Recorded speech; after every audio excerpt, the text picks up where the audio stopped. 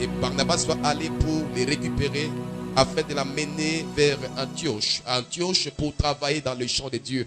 Et à Antioche, pendant une année, Paul et Barnabas étaient réunis dans le culte, dans l'assemblée pour prêcher, pour enseigner. Et c'est là pour la première fois qu'on va parler, qu'on va citer le nom des chrétiens, le nom chrétien. Est-ce qu'il y a un chrétien en ces lieux? Alléluia. C'est là où Paul et Barnabas ont enseigné pendant une année. Ils étaient présents au culte. Et je me redire à quelqu'un en ces lieux, parfois nous avons besoin de Barnabas, de fils de repos, de gens qui peuvent amener le repos dans les champs de Dieu, de gens qui peuvent amener le repos dans l'église.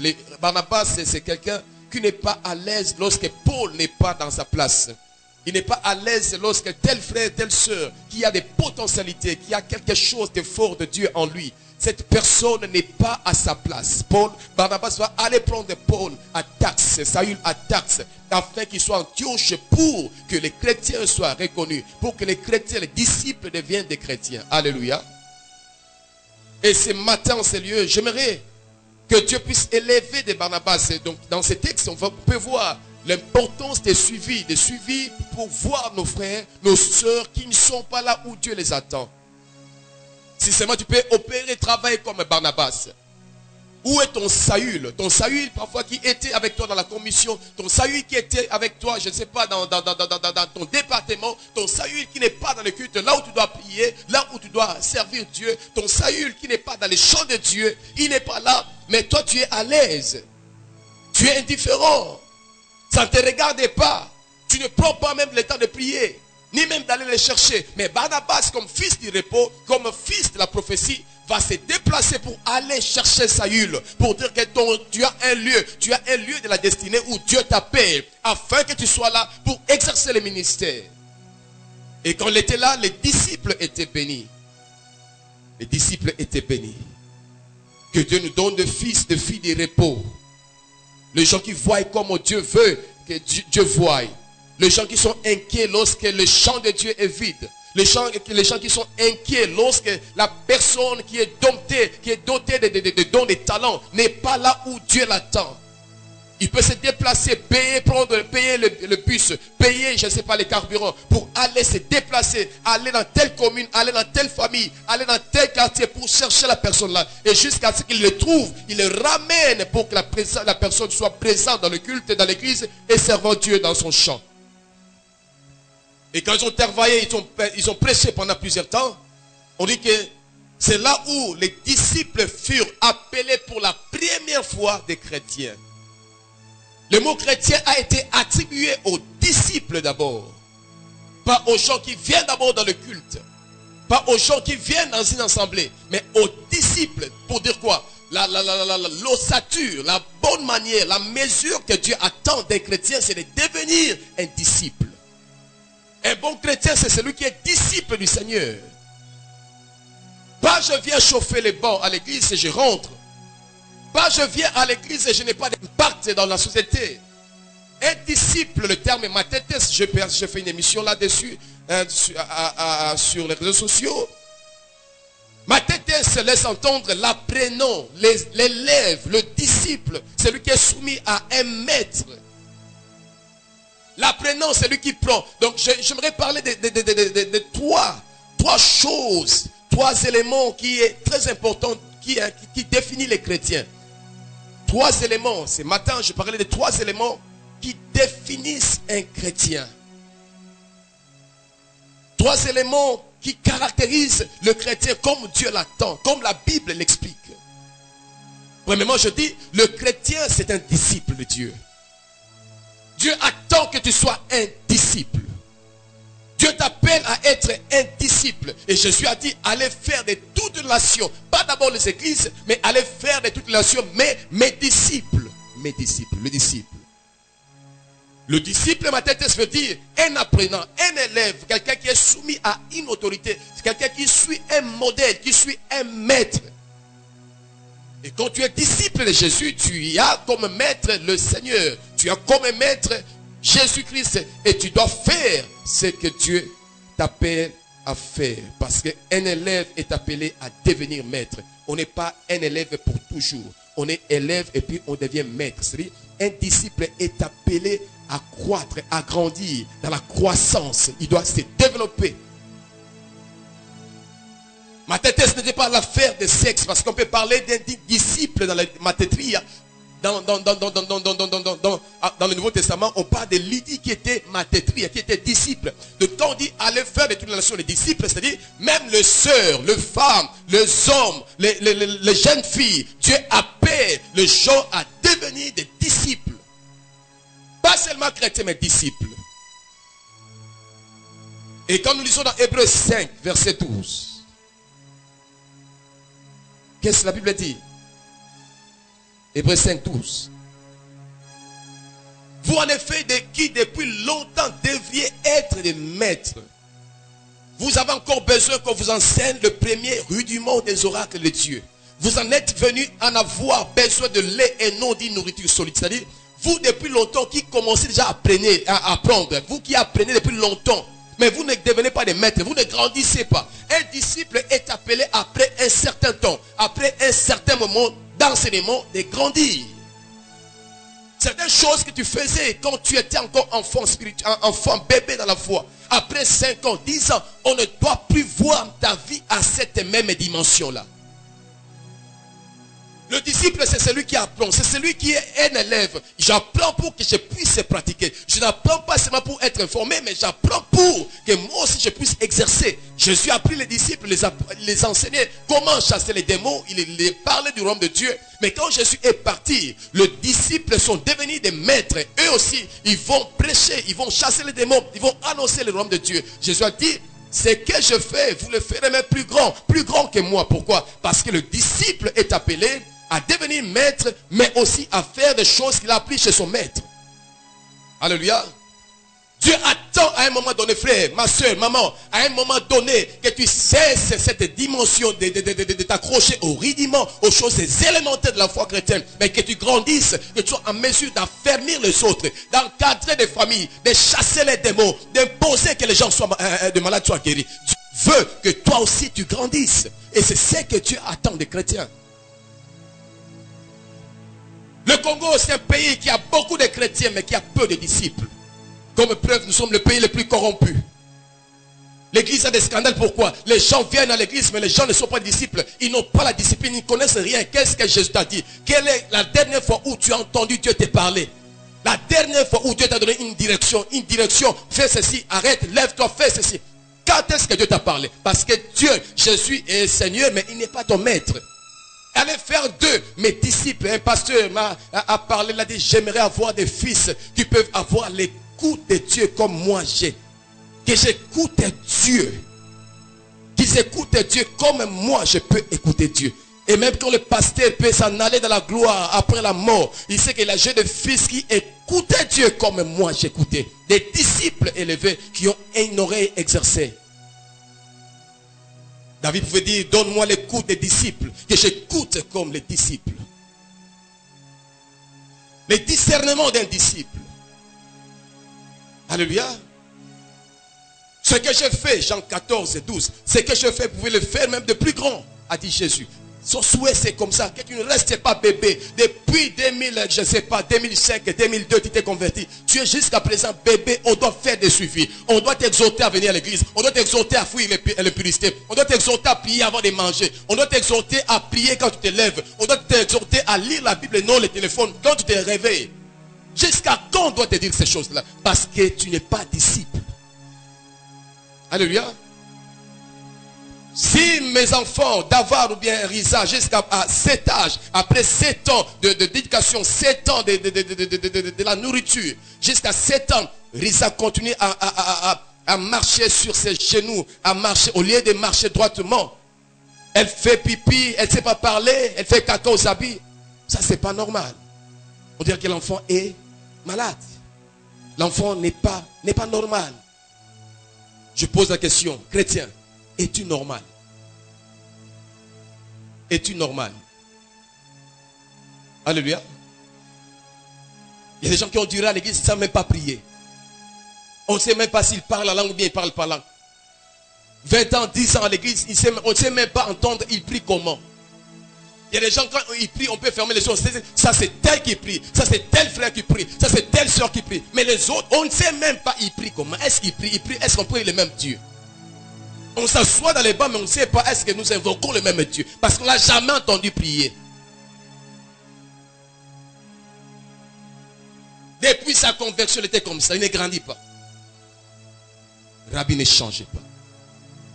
Le disciple doit grandir. Paul a dit, quand j'étais un enfant, je parlais comme un enfant. Quand j'étais un jeune, je parlais comme un enfant. Maintenant que j'ai grandi, je laisse passer ce qui est d'enfance pour être adulte majeur. C'est-à-dire, à un moment donné, Dieu attend que tu puisses grandir. Nous sommes entrés à l'église, on nous a évangélisés. À un moment donné, on a suivi les affermissements. On suivait, on nous montrait comment prier. Comment tu peux prier pendant 4 heures. Tu peux prier pendant 2 heures. Quelle parole tu dois voir. On nous a exhorté, va lire les psaumes, fais ceci. Mais à un moment donné, je dois prier, je dois grandir. C'est à moi d'enseigner à d'autres personnes la prière. Parce que disciple, c'est un élève, un apprenant, mais qui ne reste pas, qui ne finit pas comme un élève, mais qui grandit pour affermir les autres. Voilà pourquoi Jésus va dire à Pierre, Pierre, je prie pour toi, quand tu seras affermi, toi à ton tour, affermis les autres. Pour le moment, moi je te supporte parce que tu es encore enfant, tu es encore faible, tu es encore fragile. Mais je prie jusqu'à ce que tu atteignes la maturité, que toi à ton tour, tu puisses affermir aussi les autres. Ça sera ton tour. C'est ça le processus de disciple. Un chrétien disciple. Pour la première fois que les disciples furent appelés chrétiens. Chrétien disciple. Dis à ton voisin, chrétien disciple. Chrétien disciple. Chrétien disciple. Jésus a dit, allez faire de toutes les nations disciples. Dieu veut avoir Papa Vicky devenir disciple de Jésus. Disciple. Qui grandit. Qui achète sa Bible. Alléluia. Brandissez un peu vos Bibles. Qui a sa Bible en ce? Brandissez un peu vos Bibles. Jusqu'à quel âge on doit te dire on part à l'église avec la Bible? Après 5, après 10 ans. As-tu grandi? Ou bien tu es encore bébé? Alléluia. Regardez. Regardez. Allez à l'église dimanche sans Bible.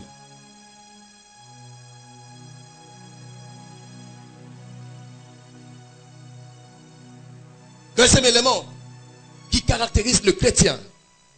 2. Le chrétien est le temple de Dieu.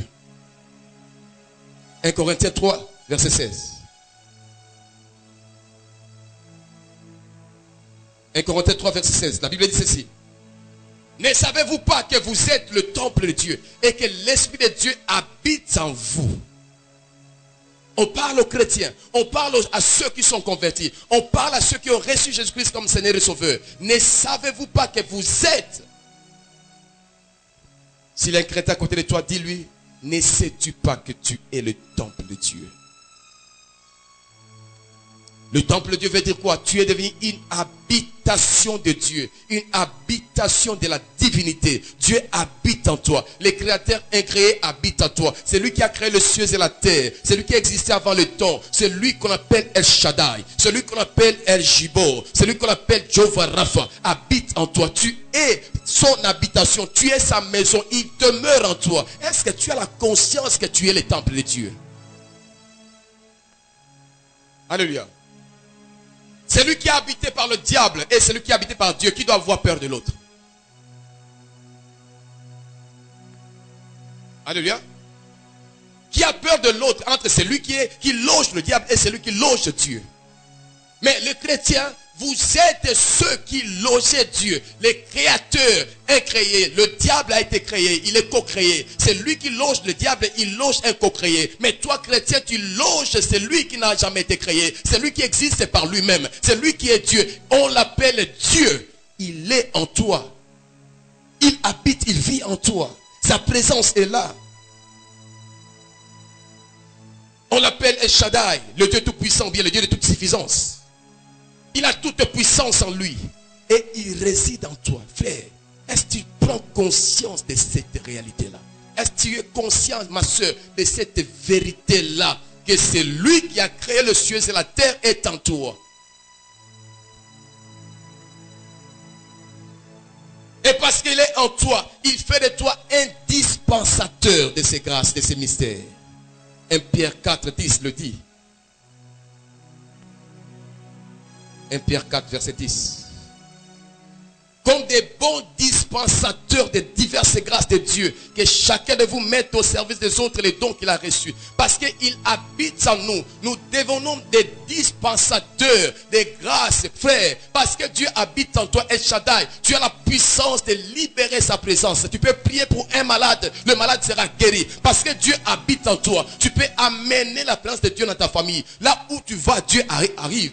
Tu peux amener Dieu dans ton lieu de travail. Tu peux amener Dieu dans le lieu du marché où tu vends. Tu peux amener Dieu dans ton quartier, dans l'avenue que tu traverses. Parce que tu portes Dieu et tu deviens dispensateur.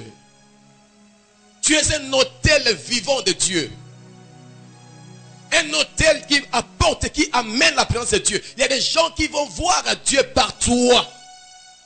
Dispensateur de la grâce de Dieu. Plusieurs rencontreront Dieu par toi. Au travers de ta prédication, quand tu es inspiré, tu parles, Dieu parle à une personne. Combien de fois des gens nous ont dit que Dieu m'a parlé, tu m'as vraiment beaucoup fait du bien parce que Dieu m'a parlé par toi. Pourquoi? Parce que Dieu habite en moi. Je suis dispensateur de ses grâces. Alléluia. Quand est-ce qu'on t'a dit pour la dernière fois que Dieu m'a parlé par toi?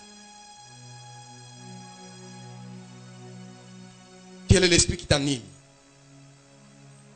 Par les dons spirituels, par la prophétie, par un don, par un modèle. Tu peux être dispensateur, tu peux être modèle pour plusieurs personnes parce que tu loges Dieu. Il y a des gens qui n'ont jamais vu Dieu, mais quand ils regarderont ta manière de craindre Dieu, quand ils regarderont ta manière de te sanctifier, quand ils regarderont la manière de te consacrer, ils vont dire, en tout cas Dieu existe, cherchons à craindre Dieu. Pourquoi? Parce que quand je vois cette jeune sœur, quand je vois cette maman, ce papa là, il a le sang comme moi, mais il craint Dieu. Il fait passer que tous les Congolais font. Tu peux donner un message en direct à ceux qui ne connaissent pas Dieu.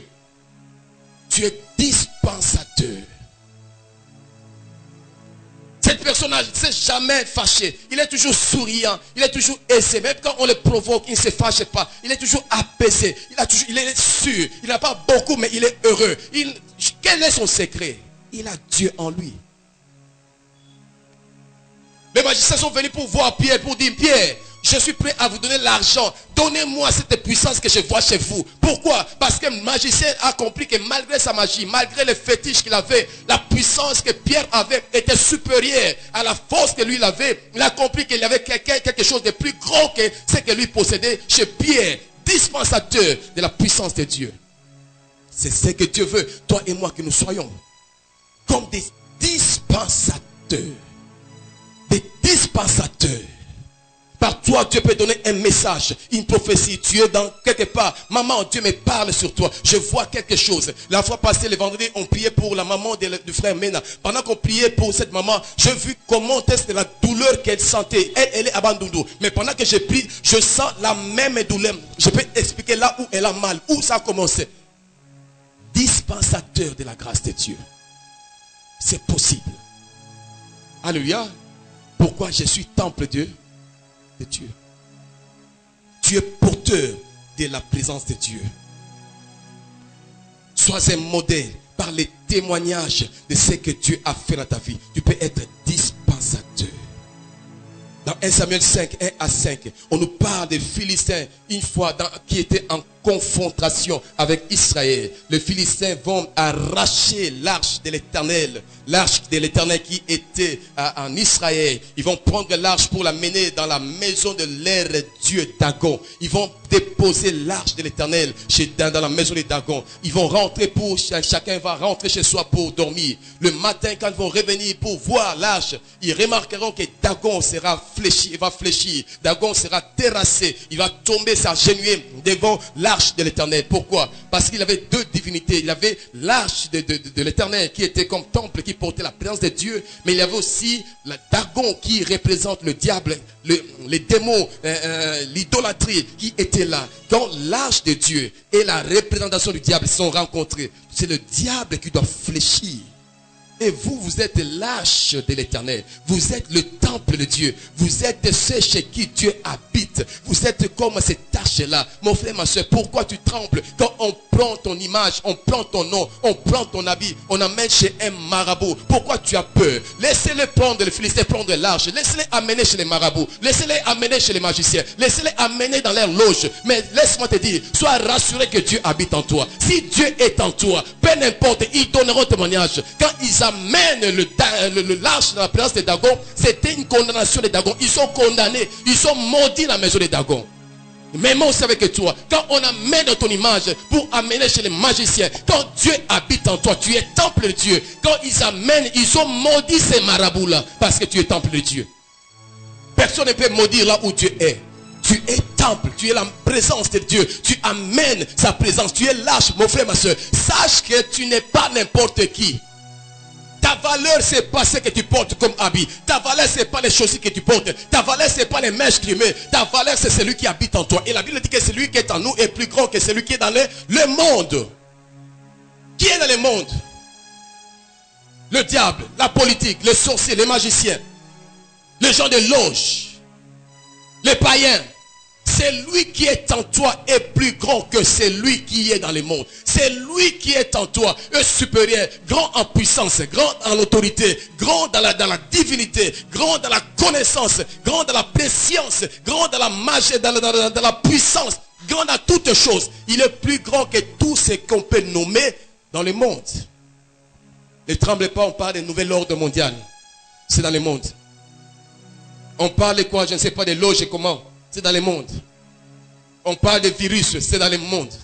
C'est lui qui est en toi est plus grand que le virus. Celui qui est en toi est plus grand que la maladie. Celui qui est en toi est plus grand que la pauvreté. Celui qui est en toi est plus grand que tout ce qui peut être nommé dans le siècle présent, même dans le siècle à venir, qui peut être nommé dans ce cosmos. C'est Dieu qui est en toi est plus grand que cela.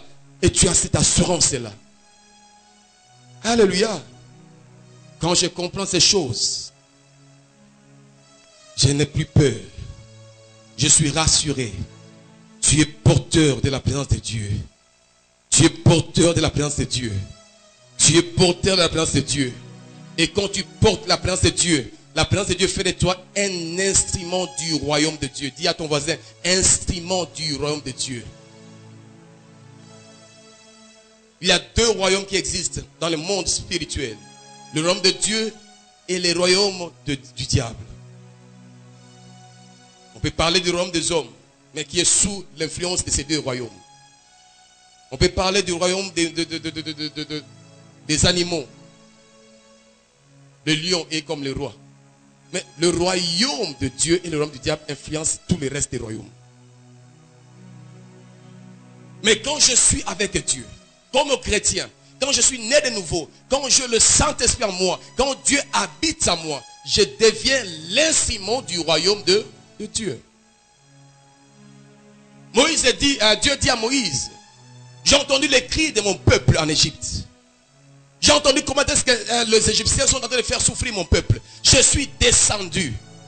Est-ce que l'Égypte avait vu Dieu? Pharaon comme ça. Quand je suis descendu, l'Égypte a vu Moïse. Pharaon n'a pas vu Dieu comme ça. Pharaon a vu mon... Mais où Dieu était descendu? Nulle part on a vu Dieu. Mais l'Égypte a vu Moïse. Moïse était l'incarnation, l'instrument de ce royaume de Dieu. Quand Moïse entre chez Pharaon, Pharaon voit les jugements du royaume de Dieu. Et c'est ce que vous êtes, comme des Moïse. Comme Moïse, nous sommes des instruments du royaume de Dieu. Par nous, Dieu. D'ailleurs, Jésus a dit, quand vous priez, dites que ton royaume arrive. Quand le royaume de Dieu arrive, c'est pas Dieu, mais c'est par nous que les démons seront chassés. Quand le royaume de Dieu arrive, c'est par nous que les marabouts verront la puissance de Dieu. C'est par nous qu'il y aura des miracles. Les oracles du royaume seront annoncés par nous. Vous êtes instruments du royaume de Dieu. Alléluia. L'ambassade du royaume de Dieu. des ambassadeurs. Quand quelqu'un vous rencontre comme concile, il voit ce qui est dans votre royaume. Alléluia. Vous êtes les ambassadeurs, vous êtes les instruments. Dieu veut passer par vous pour chasser les démons. Dieu veut passer par vous pour guérir le malade. Dieu veut passer par vous pour libérer les captifs. Dieu veut passer par vous pour révéler les choses cachées. C'est Daniel qui pouvait voir. Dieu lui montra ce qui s'est passé dans le songe du roi de Babylone. Ce qu'il a fait dans le songe caché la nuit pendant qu'il éteignait la lampe. Daniel va prier le Dieu du royaume. Que son royaume vienne. Dieu descend. Il va révéler les choses cachées. Daniel se lève. Il explique le songe. Ce que Dieu, le roi, avait rêvé. Les jours et les choses. Exactement. Même ce qu'il a cru oublier dans sa tête. Lui-même le roi. Daniel explique ces choses-là. Pourquoi? Parce que c'était l'instrument du royaume de Dieu. Et quand il a expliqué, le roi est tombé. Pourquoi? L'instrument du royaume de Dieu. Et c'est ce que les chrétiens sont. C'est ce que vous êtes. Ne te sous-estime pas. Tu peux changer les choses dans ta famille. Tu peux changer les choses. Même parfois que tu ne sais pas. Tu peux changer. Tu te sous-estimes, tu cherches ailleurs alors que tu es la solution. Quand tu cherches Dieu, Dieu se rit. Mais toi, tu es là. C'est toi qui dois faire ces choses-là, changer les choses. Alléluia. Parle, confesse, prophétise, déclare les choses. Les choses changeront. Parce que tu es où? Tu as l'onction sur tes lèvres. Tu peux déclarer et les choses seront changées. Tu es instrument, tu portes la présence de Dieu dans ton cœur, dans ta vie. Tu es instrument du royaume de Dieu. Dieu habite en toi. Alléluia. Et si tu es cet instrument-là, si tu es ce porteur de la présence de Dieu, frère, tu as intérêt à être très bien avec des chrétiens. Des gens, surtout des gens qui craignent Dieu, qui ont Dieu en eux. Tu as intérêt à ne pas chercher des problèmes. Quand tu cherches des problèmes, tu ne sais pas, tu n'as jamais compris ce message. Dieu dit, ne touchez pas mes oins. C'est-à-dire à ceux qui ont mon esprit, à ceux qui sont mes temples, à ceux chez qui j'habite. Ne touchez pas. Quand vous les touchez, vous me dérangez. Je suis mal à l'aise. Et pourquoi Dieu dit que c'est celui qui touche un oin, c'est la prunelle de mon œil. Pourquoi? C'est-à-dire quand vous dérangez ces temples, vous empêchez Dieu de voir. C'est comme si Dieu était pilote à l'intérieur. Dieu regarde par les hommes. Et quand vous dérangez et qu'il pleure. Et Dieu ne sait pas bien voir parce que ses yeux sont en larmes. Donc c'est-à-dire vous dérangez la mission de Dieu. Dieu ne vous laissera pas indemne. Alléluia. Je parle à quelqu'un sérieux. Dis à ton voisin, instrument du royaume de Dieu. Tu es temple de Dieu. Quand tu penses que tout est fini, avant que tu te dises que tout est fini, élève ta voix, parle à Dieu. Et après avoir parlé à Dieu, parle au problème. Jésus éleva sa voix, son regard vers le ciel. Père, je sais que tu m'exauces toujours. Je ne prie pas pour ces gens qui sont plaisants. Mais je prie afin que ces gens sachent, c'est toi qui m'as envoyé. Je suis ton instrument. Quand il a parlé, il s'est retourné. À ça, je parle à Dieu et je donne l'ordre. Je parle à Dieu, je donne l'injonction. Je parle à Dieu, pose la main. Je parle à Dieu, je parle à la situation. Je parle à Dieu. C'est ça. C'est ce que Jésus a voulu nous dire. Donc pour dire, vous êtes le roi et le sacrificateur. Je parle à Dieu comme sacrificateur et je donne l'ordre comme un roi. Nous sommes un royaume des sacrificateurs. Nous qui portons Dieu en nous. Et c'est ce que Jésus voulait dire. Tu peux parler à la tempête. Tu peux parler à la situation. Tu peux parler aux choses qui te bloquent. Tu peux parler à la vague, à la tempête. Tu peux parler à la situation. Tu peux parler aux vagues qui ménagent, qui dérangent ta famille, ton foyer. Et regardez les films de War Room. War Room, la guerre de la chambre. Cette femme, elle en avait assez de ce qui dérangeait sa maison, sa famille, son mariage. Elle va se lever pour dire, Satan, tu n'as aucune autorité de déranger mon foyer. Aujourd'hui, je te mets dehors de ma maison. Quand elle a pris la décision, après avoir prié, les choses avaient changé. Son mari avait changé. Pourquoi? Toi, tu ne parles parles pas. Parce que tu n'as pas la conscience que tu es porteur de la présence de Dieu. Tu es un ciment du royaume de Dieu. Dieu a dit, je suis derrière la parole de mes prophètes. C'est-à-dire de ceux qui sont avec moi, de ceux qui parlent de ma part, de ceux qui portent ma présence, de ceux qui marchent avec moi, de ceux qui sont animés par mon esprit. Je suis derrière les paroles pour exécuter. Qu'ils disent un mot, moi j'exécute. C'est ce que Dieu voulait dire. Tu portes la présence de Dieu, de son royaume. Tu portes la présence de Jésus. Tu portes la présence de sa toute puissance. Tu n'es pas n'importe qui. Ne te sous-estime pas parce que Dieu te voit comme grand. Ne te sous-estime pas. Ne te vois pas comme, je ne sais pas, une sauterelle à tes propres yeux. Parce que Dieu ne te voit pas comme la sauterelle, mais comme l'instrument de sa puissance. Si deux d'entre vous, chrétiens, s'accordent, demandent la chose au ciel, la chose leur sera accordée. Si deux d'entre vous demandent la chose au ciel, la chose leur sera accordée. Nous voulons parler plus aux hommes qu'à Dieu, comme temple de Dieu. Troisièmement, pour terminer mon message, les chrétiens doivent savoir, il est celui qu'on dit témoin de Jésus. Acte 1, verset 8 le dit. Il dit ceci: mais vous recevrez une puissance, le Saint-Esprit survenant sur vous, et vous serez mes témoins à Jérusalem, dans toute la Judée, dans la Samarie et jusqu'aux extrémités de la terre. Vous recevrez une puissance, le Saint-Esprit survenant sur vous, et vous serez mes témoins. Témoins de quoi? Témoins de quoi? Je ne sais pas, il n'a pas dit de témoins de quoi. Je suivi un film de Maître Ip Man.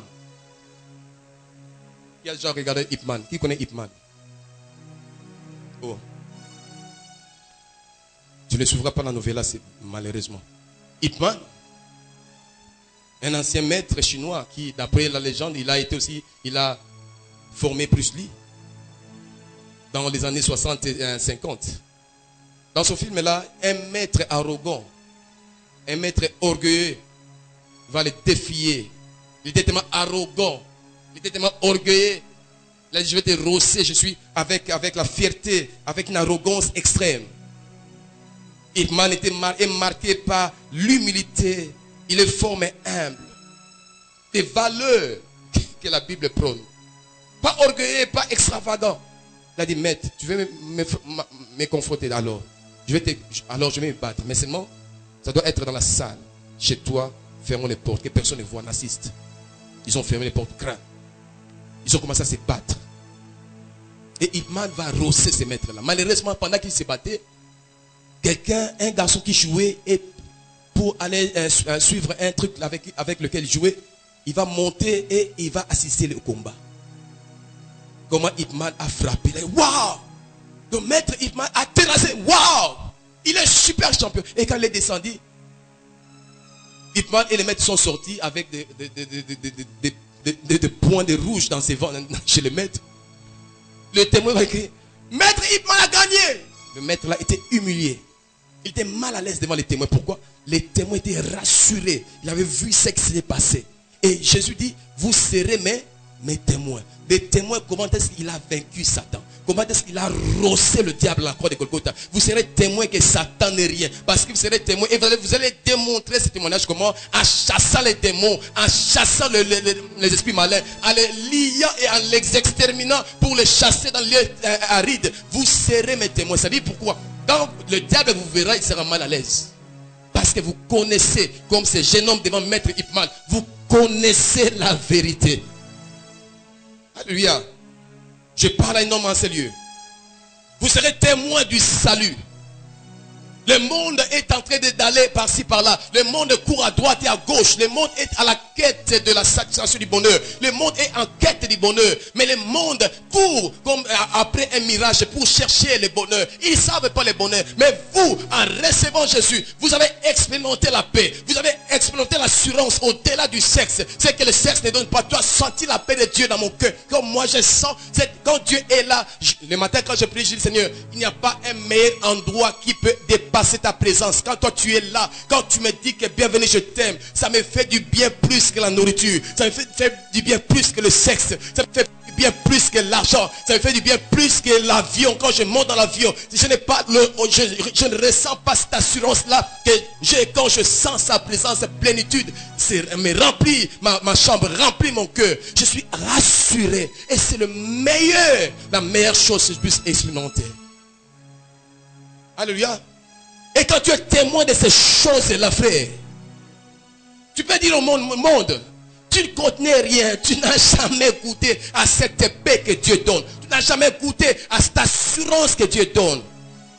Goûtez Dieu, vous verrez. Goûtez Jésus. Un jour, un homme orgueilleux était en train de parler du mal du chrétien. Il critiquait la Bible, les chrétiens. Un pasteur est passé par là, il a dit, monsieur, oui à vous, vous qui parlez, écoutez, regardez-moi. Il prend un morceau d'un fruit, je ne sais pas si c'est une mangue. Il va grignoter, il va prendre un morceau. Il va manger avec joie. Pouvez-vous me donner le goût de cette mangue? Et c'est monsieur qui critique les chrétiens. Mais comment voulez-vous que je puisse connaître ce que vous mangez? C'est vous qui mangez, vous connaissez le goût. Si c'est bon ou bien c'est pas. Évidemment, tu n'as jamais été chrétien. Tu n'as jamais rencontré Jésus. Tu n'as jamais goûté au salut. Comment tu peux critiquer les chrétiens? Comment tu peux critiquer la Bible? Comment tu peux critiquer l'église pour les choses que tu n'as jamais goûtées? Tu es un menteur.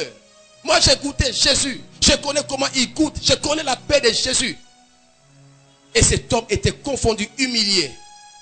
Nous sommes des témoins. Pourquoi? Parce que tu as goûté au pardon. Tu sais comment est-ce que le pardon fait quand Dieu te pardonne le péché. J'ai goûté, je sais que Dieu m'a enlevé le pardon. J'ai expérimenté le pardon de Dieu. Je sais comment ça fait que Dieu était allégé. Le fardeau est parti. Tu sais plus, la culpabilité a disparu. Je sais ce que Jésus fait. Dites-le au monde. Je suis témoin du pardon. Je suis témoin du salut. Je suis témoin de l'amour de Dieu. Je connais l'amour de Dieu. Je connais la main de Dieu. J'ai vu des témoignages. J'ai vu Dieu me visiter. J'ai vu Dieu me défendre. Je suis témoin de ces choses. Allons dire au monde que le monde, vous êtes dans l'erreur. Quand vous courez derrière le matériel, quand vous courez derrière les expériences, à la quête du bonheur. Le bonheur, c'est Jésus-Christ. Le bonheur, c'est Jésus. C'est lui le salut. Nous sommes témoins de la vie éternelle. Il dit que vous avez la vie éternelle en vous. J'ai la vie. Cette vie, je peux la sentir. Cette vie. Combien de chrétiens sont morts dans la paix? Maman, les anges sont venus. Je vois les anges sont venus me prendre. Je vais partir. Maman, laissez-moi partir. Maman, je sens la paix. Maman, je sens la paix. Ils sont là. Maman, ils sont là. Au revoir. Il est parti. Témoin de ces choses-là. Je vis comment certains païens qui étaient menacés par la sorcellerie sont morts. J'ai un cousin qui est mort bizarrement. Ils sont venus. Il est là. Allez, bougez. Pitié.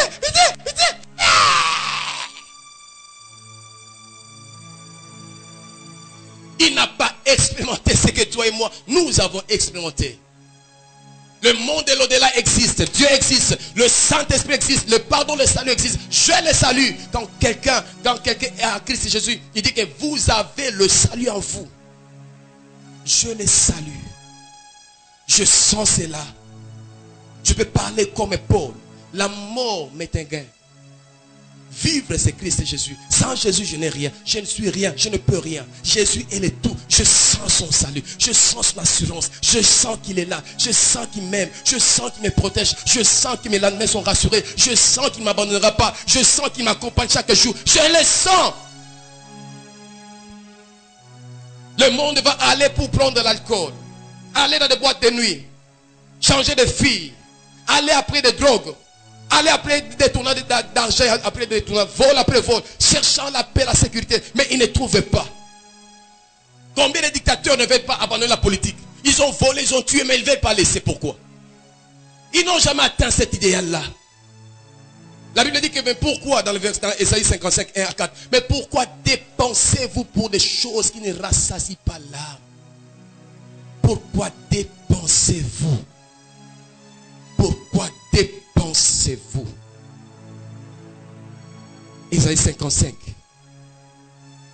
Vous tous qui avez soif, venez aux eaux. Mais celui qui n'a pas d'argent, même celui qui n'a pas d'argent, venez acheter, manger, venez acheter du vin et du lait, sans argent, sans rien payer. Pourquoi pesez-vous de l'argent pour ceux qui ne nourrissent pas? Pourquoi travaillez-vous pour ceux qui ne rassasient pas? Écoutez-moi donc, et vous mangerez ce qui est bon, et votre âme se délectera de mes succulents. Prêtez l'oreille et venez à moi. Écoutez, votre âme vivra. Je traiterai avec vous une alliance éternelle pour rendre durable mes faveurs envers David. Voici, je l'ai établi comme témoin auprès des peuples, comme témoin. Regarde, pourquoi? Venez, je vous donnerai ce dont votre âme a besoin. Je vous donnerai ce que ton âme veut. Parfois, je peux acheter quelques jouets, je donne les jouets à mes enfants. On achète les vélos. Ils jouent au vélo. Ils ont le PlayStation. Ils vont aller jouer au PlayStation. Parfois, on donne l'ordinateur. Ils viennent devant la télé. Il y a des chaînes de dessins animés. Et parfois, un moment, maître, ils disent, papa, on s'ennuie. Quoi? Je m'ennuie. Pourquoi? Tu as le vélo, tu as le PlayStation, tu as le... Je suis fatigué, ça, je m'ennuie. L'âme n'est pas satisfaite. Je lui dis, il te manque quelque chose, Jésus. Ce dont tu as besoin, c'est Jésus. Seul Jésus peut te satisfaire. Alléluia. Il y a des gens qui pensent que si on leur donne l'argent, il y a des gens qui sont en Europe qui se suicident. Allez en Suisse. Alléluia. Combien de Congolais ne se sont pas tirés des balles en Belgique? Il s'est tiré, il a tiré ses enfants et il s'est donné la mort. La paix, le salut, c'est Jésus-Christ. Ne négligez pas Jésus. N'abandonne pas Jésus.